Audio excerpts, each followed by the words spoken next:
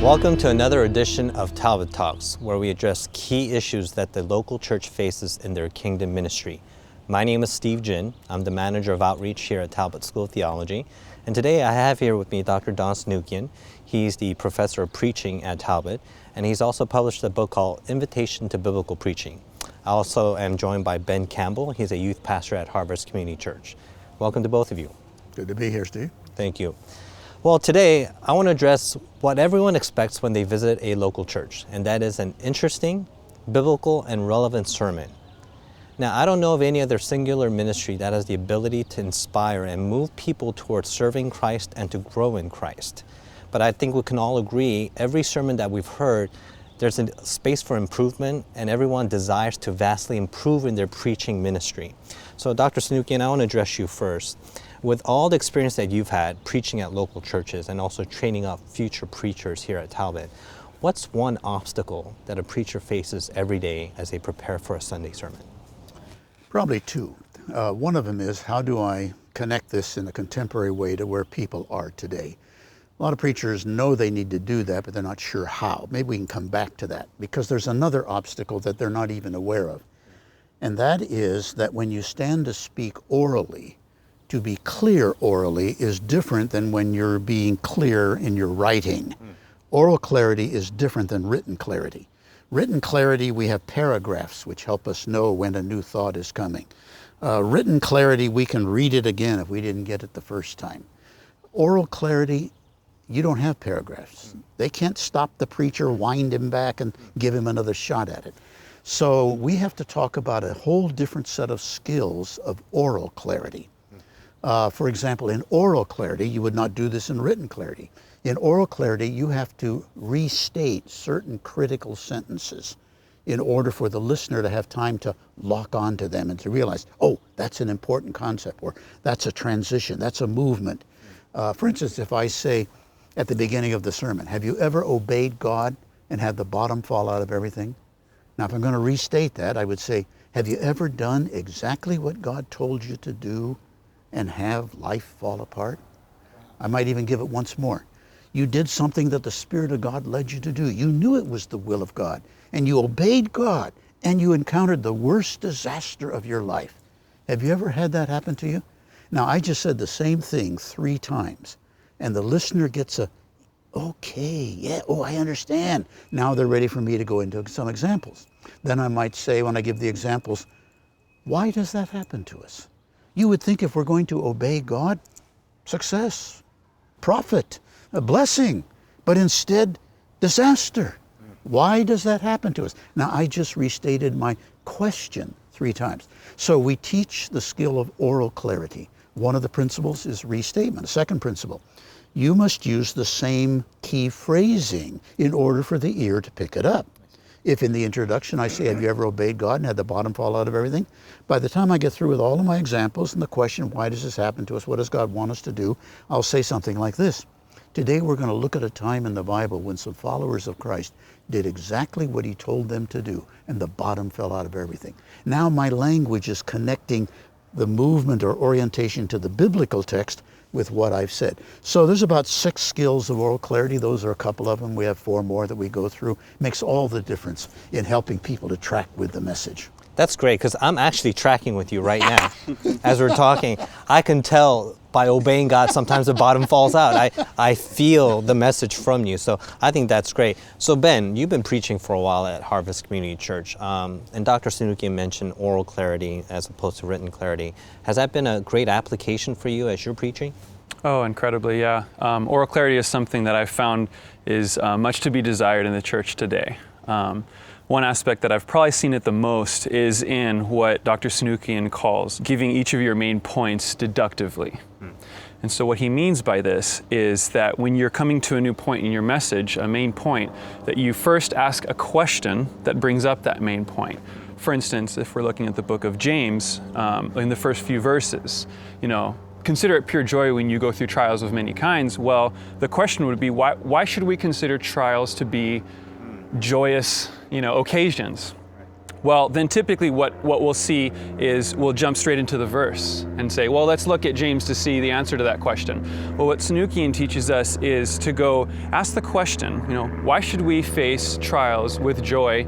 And then to proceed straight into the answer of that question, which would be that we are to face trials with joy because they will make us complete and mature in Christ. I like that. It's almost like a hypothetical question, and you're kind of answering the question for the audience, and they're kind of tracking with you orally.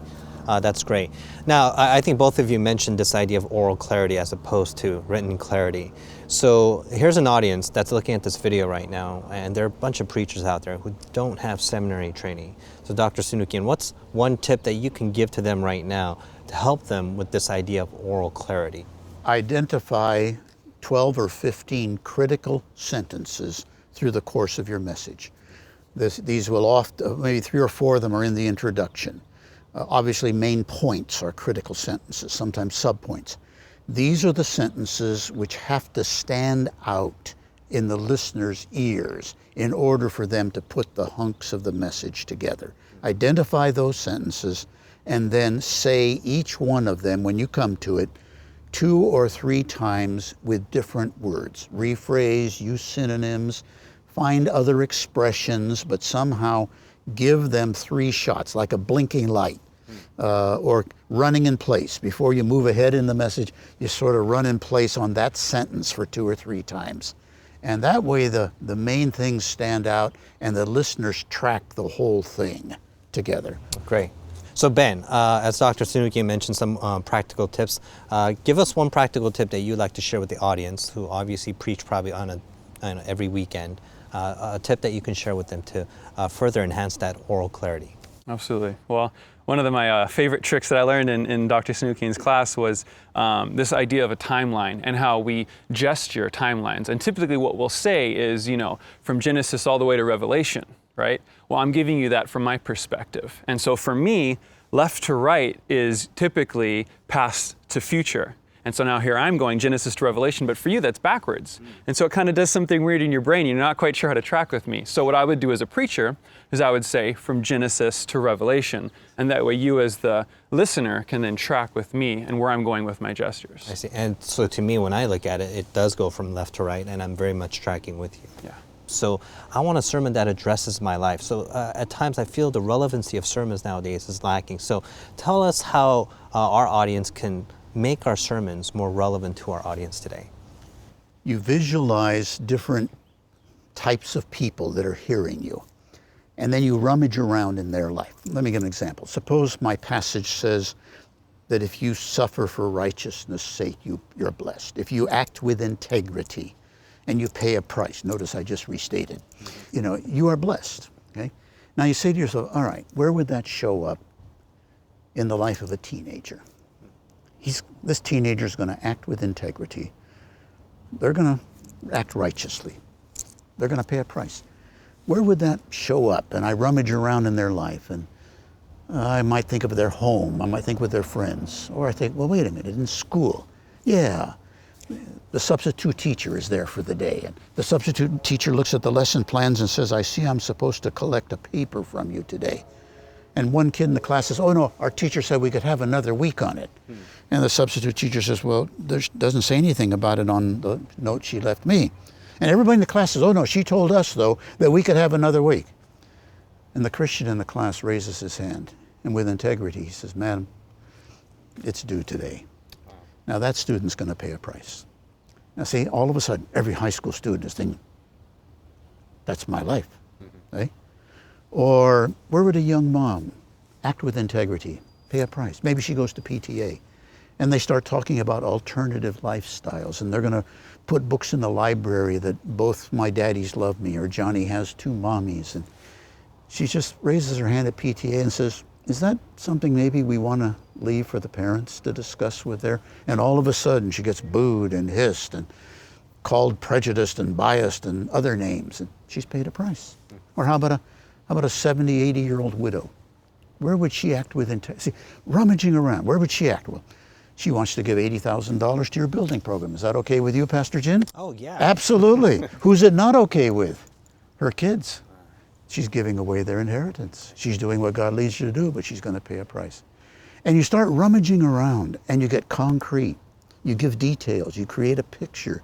There's a mental image that forms in the listener and they see their life. That's how you make contemporary connections and the message becomes relevant. God's saying this to me. Well, Dr. Sunukjian and Ben, thank you for joining us here today. And thank you to the audience for joining us for another edition of Talbot Talks.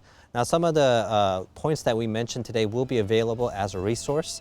You can contact me. I'm the manager of outreach at Talbot School of Theology at the information listed below. And I'd be more than happy to send you some great resources in regards to how you can improve your preaching on a weekly basis. So thank you for joining us to another edition of Talbot Talks. Have a great afternoon.